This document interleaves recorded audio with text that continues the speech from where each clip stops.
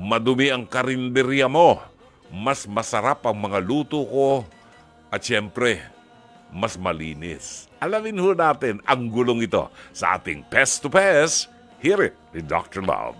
Ate Navely, marumi ba talaga yung mga paninda mong ulam? Wala pong katotohanan yun. Kasi ang nangyari lang po, yung mga suki nila dati, naglipatan lang po sa akin. Okay. Ngayon, pagkalipat po sa akin, bigla po siniraan yung tinda ko na may ipis daw. Ang tibay ng mukha. May ipis yung paninda mo ang Opo. isinira sa'yo. Agad-agad? Opo. Oh, hindi ba pwedeng nilalangaw muna? Minsan po siya nagpabarangay din, hindi naman po sila humarap. Nabwisit ka? Bisit na bisit po ako hanggang ngayon. Kaya talagang sinabi ko sa kanila, kung talagang matapang kayo, pumunta kayo dito sa face-to-face. Tama. Dahil ang face-to-face, ang lugar ng matatapang. Tama. Oo, matatapang kami Kung talaga rito. matapang sila, darating kayo ng pagkain. para Dito sila. lang kami matapang sa studio. Paglabas doon na friendly Peace, na kami. peace kami. Peace kami. Okay, bakit kanya kinaiingitan? Bakit? Ano sa tingin mo? Yung mga ano lang po, yung mga... Dahil ikaw yung bagong sumulpot na kakumpetensya. Opo, yun lang. Dahil lang po dun. Pero hindi naman ito yung tipong merong kang pa-barker na, "Oy, dito kayo!" Ay, wala naman pong ganun. Hindi, tanong lang, huwag ka sa akin magagal. Okay, so... Gano'ng kalayo, Mama Carly, pagitan ng ano? Oh, ayan, gano'n daw kalayo? Gano'n Tanong kalayo? kay Siguro, Alex. andito po Bawa, sila ito sa... ako. Ito yung tindahan na kalaban mo. Nasaan? Dun po. Doon ako. Doon ka. Saan ako? Dito? Doon, sa labas, sa gate. Dito? Dito. Saan? Ah, Dito? dyan po. Oh, dito na ako. Okay. Dito na. Okay, so Ano, okay ganyan na? kalayo. Opo, ganyan lang po. Layo naman pala. Malayo. Layo? Pero kasi, kahit gaano naman kalayo ninyo sa isa't isa, I'm sure meron kang sariling pagkain na binabalik-balikan sa'yo. Meron po. Ano yon sa tingin mo? Kaldereta po. Kalderetang kaldereta. ano? Kalderetang baka. Mahal yan, baka. Na masarap. Kumbaga yan ang specialty mo na pinupuntahan talaga. Opo. Sa tingin mo, ano naman, mamaya ako tatanungin sa kanya. Oo. Eto na nga!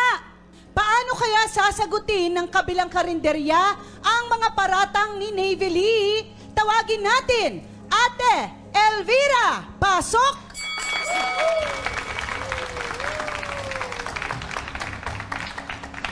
Wag na, ate. Matanda na po siya, ate. Wag na po. Alam ko na po. Oh, naramdaman medyo ko. may edad na, Wag na po, ha? ate. Ate Elvira, paano mo nasabi na totoong may lumalangoy na langaw? Nakita mo ba? Nung minsan po Ay, bumili, ipis pala.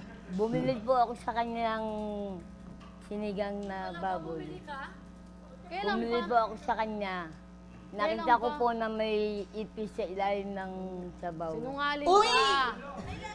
Kailan ka bumili? Kailan ka bumili? Paano ka napunta sa lugar niya Hindi para naman bumili? kayo- Medyo Bibili sa matagal-tagal na po yun. Bakit? Matagal-tagal na. Opo. December po siya nag-umpisa. Gaano na kayo katagal na nagtitinda ron sa kanderya na yun? Mas nauna po ako sa kanya magnegosyo. Mga gano'ng katagal? Okay. Gaano na katagal, Nanay Elvira? Mga ano na po, 1 year na po. Mas nauna ng konti. Okay. Oo nga. Pero, Nanay Elvira, ito ba maaalis mo sa pag-iisip namin na baka kaya sinisiraan mo lang dahil biglang nagkaroon ka ng kakompetensya? Hindi po, ma'am. Pero sino mga pinagsabihan mo na merong patay na ipis dun sa sabaw ni Ate Navely? Yung mga kaibigan ko po na nagpupunta sa kanya, na naamoy din po nilang amoy ipis yung sabaw. Sandali, Mama Carla, ba't kayo Lasa bumili ng ipis. sinigang? Wala kayong sinigang? Ba't po kayo bumili ng sinigang? Bakit kayo napunta ron at Eka, bumili di ba ng ako- sinigang? Bumili po ako ng sabaw kasi wala naman po akong tindang sinigang dahil ang ano ko mga baboy na may yung fritada. I think kasi pag patay yung ipis, lumulutang yun eh. Oo. So, bago mo Yun itinda, nga po eh, makikita mo na paninira yun. lang po talaga ang Hindi, ano baka niya kasi sa akin. tinuruan yung ibig sumisid. Sumisi. Kasi bihira yung ibig na lumalangoy eh. Namang train dyan. Pero, kamusta naman ang benta ng karinderya ninyo? Simulang nagtinda itong si Ate Navely. Okay lang man po. Ano ang specialty mo? Ano ang binabalik-balikan sa'yo ng mga tao na ulam? Ano yung Relyanong bangus. na walang tinik. Walang tinik o nahulaan ko, boneless, diba? oo. Nilalagyan mo ba to nung Giniling po. giniling? Oo. Tas merong yung itim na pampatamis? Pasas? po. Meron, 'di ba? Okay, so yan ang specialty mo. Ang specialty naman ni Ate Navy Lee ay kalderetang baka. Okay. Nawalan ka daw ng customer simula na Nagtinda po siya. as in nawala, naubos? Hindi naman po, kaya lang madalang na pong nagpunta dahil sa kanya na pumunta lahat. Kasalanan ko ba? Okay. Ano Kasalanan masasabi ko? mo, Ate Navy Lee? Kasalanan mo ba yun? Kasalanan ko ba? Sa akin pumupunta? Ano ibig sabihin nun? Mas masarap yun sa akin. Diba? Oo. Ate Elvira, ano masasabi mo? Kasi pinatawag niyo pa yata siya sa barangay. Tama ba? Tas hindi kayo sumipot? Tapos sumusulpot. Kala nila kinakampihan ako ng mga taga-barangay. Kasi po yung nanay niya sa barangay nagtatrabaho. Diba? Tama na nala. So ano sa tingin mo? Parang sa kanila nakapanig ang barangay. Ay, nako. Pero totoo bang sinisigawan mo si Ate Navy Lee? Opo, lagi po siyang inaaway. Pinariringgan ko po Oo. Bakit? na hindi naman masarap yung mga lutong ulam nila, ba't nasa kanila lahat? Okay. Paano nangyayari sa iyo? Bakit mo ginagawa ito, Wala. Ate Elvira? Diba? Parang ano po ako na nasa kanila na lahat ng mga customer namin. Naiinis. Oo. Ano ngayon nangyayari lang kayo sa'yo, umamin, Inggit? Bakit mo yan ka? Ha? Bakit mga imbitala kasi kayo? Ha? Ha? Imbitala kasi kayo? Kung masarap luto ng nanay ko, masarap luto namin! Walang Kami pa naging gitera. Maiingit kayo sa sarili nyo, okay? Maiingit? Kayo ang maiingit, hindi kami. Ha?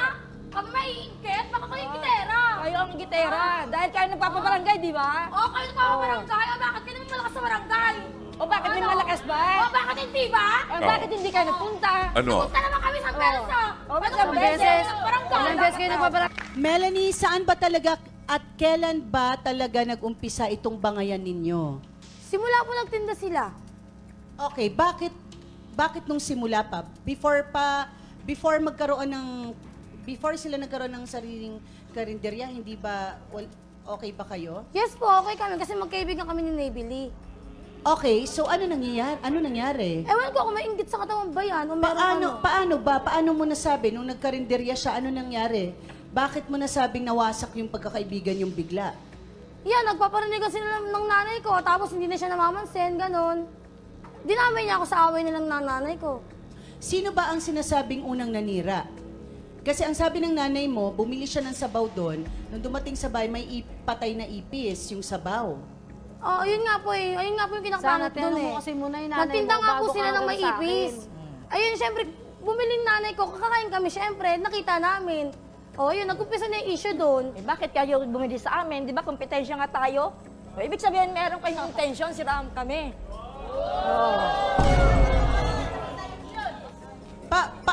Paano mapapatunayan, Melanie, na merong ipis? Hindi nyo Diba? man Nag-video binidyoan, ka may mga ba? cellphone kayo. Wala naman po, pero kami pong mga magkakapatid, ang ebidensya doon.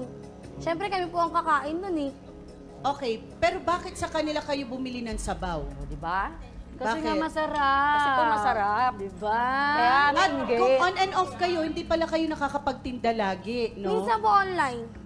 Online po kami nagtitinda. Sino Kasi po kat- simula po nagtinda sila, nawalan na nga po kami ng mga ano sa kapitbahay namin dahil nag-agawa na rin po ng mga issue-issue. Kaya ganoon na lang po, on and off, online na lang po kami. Paano online? Paano yung ano? Paano yung gagawin? Halimbawa, paano ko malalaman na online? Paano ko makaka-order? Pakwento lang, Melanie, dahil mamaya may Sa nakikinig Facebook po, pwede po mag ano doon, Ano sa gagawin? mga group. Oo nga, ang ginagawa nyo, nag-chat kayo? Opo, yun. Ano kayo, parang nag-online selling ka ba? Na, Ganon. Na Facebook Live, papakita niyo yung mga luto? Yes. Tapos, paano nyo dinideliver yung pagkain nyo dun sa ano? Nakabike po. Pero so malapit lang. May delivery fee. Ang tinatanggap nyo lang malapit sa area? Area namin. Oo, hindi naman kayo lumalayo ng mga... Siguro lumalayo rin po mga medyo ano lang, pupunta ng Galas, ganun. Oh, May online din ba kayo, Ate Navy Lee? Wala po. Wala po. So medyo lamang sila doon, Oo, 'di ba? nag-online, no? Kaya parang bakit nagkairingan pa? Pero ang tanong ko, nandito, sino nagpatawag kanino rito? Ikaw? Ako po. Okay, ano talaga ang gusto mong sabihin? Kasi nga po, sa barangay nga po, hindi nga po kasi sila sumisipot. Isang beses lang po nung sumipot sila. Tapos, Itong ano po, wala na. Kaya sabi ko po, dito na lang po kami sa face-to-face magharap. Oh, Melanie, bakit sa barangay hindi ka na nakaabot? No, Po? pangalawa. Kasi po, hindi nga po kami pinaninindigan ng barangay kasi po nanay niya po barangay, di ba po? Kaya ayaw na rin po namin pumunta. Isang beses na lang, doon na lang kami nag-ano. Diba? Ano yung huling usapan nyo nung nagbarangay kayo? Yun nga po na ano, kami na lang po lalayo sa kanila na mag-online na lang kami. Okay, pero nung pinatawag niyo sila sa barangay, anong issue mo? Anong issue nyo? No, bakit kayo nagpabarangay? Yun, nagbubunga nga po silang magnanay dun sa amin. Ewan ko bakit hindi pa rin po sila tumitigil. Hindi nga, kaya di baligtad? ba mga Hindi kaya baligtad? Kayo una na bunga nga? Oo, nung una. Hindi kaya baligtad? Oh. Okay. Ngayon, kaya nga nagpaparangay Nakakatawa dahil naman para kayo. matigil yung pagbubunga nga ako sa inyo. Tapang-tapang yung dalawa, di ba? Bibigyan lang natin ng konting kaayusan to. So, nagpabarangay kayo dahil may nakita kayong ipis. Asan Opo. yung nakita kayong ipis sa sabaw? Tapos mula Opo. nun, nagkakabangayan Opo, kayo. Tapos nagpabarangay kayo dahil may ipis na nakita, nagkaabangayan. Tapos doon sa barangay, isang beses na nagkita, tapos hindi kayo naayos. Parang ganon. Hindi po. opo. Di po. O yun. Tapos dito, sana naman maayos Oo, tayo, no? kasi pinatawag nga sila, kaya sila nandito dahil si Navy Lee, hindi nga kasi maayos, diba? Pakita nyo yung ano, tapang-tapang. Pakita nyo rin yung ugali nyo kung anong merong ugali meron. Ano ito ugali kami, namin? kahit sa labas. Hindi Hindi naman nagpapakita kami. tao kayo dito. Look, Kasi isang nung tao nagreklamo, talaga? pakita nyo yung ugali nyo. Kasi kayo yung matapang. Para mas maintindihan natin ang issue ngayon, hingin natin ang karagdagang opinyon ng ating mga kagalang-galang na trio, tagapayo. Tawagin natin Dr. Love, June Banaag. Thank you. Iwasan na natin yung baranggayan na yan. Pagtatawanan lang tayo ng kabarangay natin. Iligtas ninyo yung pagiging magkaibigan ninyo. Magtulungan kayo. Who knows? Baka yung barangay ninyo ay makilala doon sa inyong lugar kung saan maaaring bumili ng mga masasarap na pagkain kahit sa gabi, kahit alas 12 ng gabi may pagkain. Papasyalan kayo doon. See? Kaysa mag-away kayo, sayang lang. Mag-isip kayo ng bagong strategy para mapaganda at ma-attract ang customers. Salamat. Yes.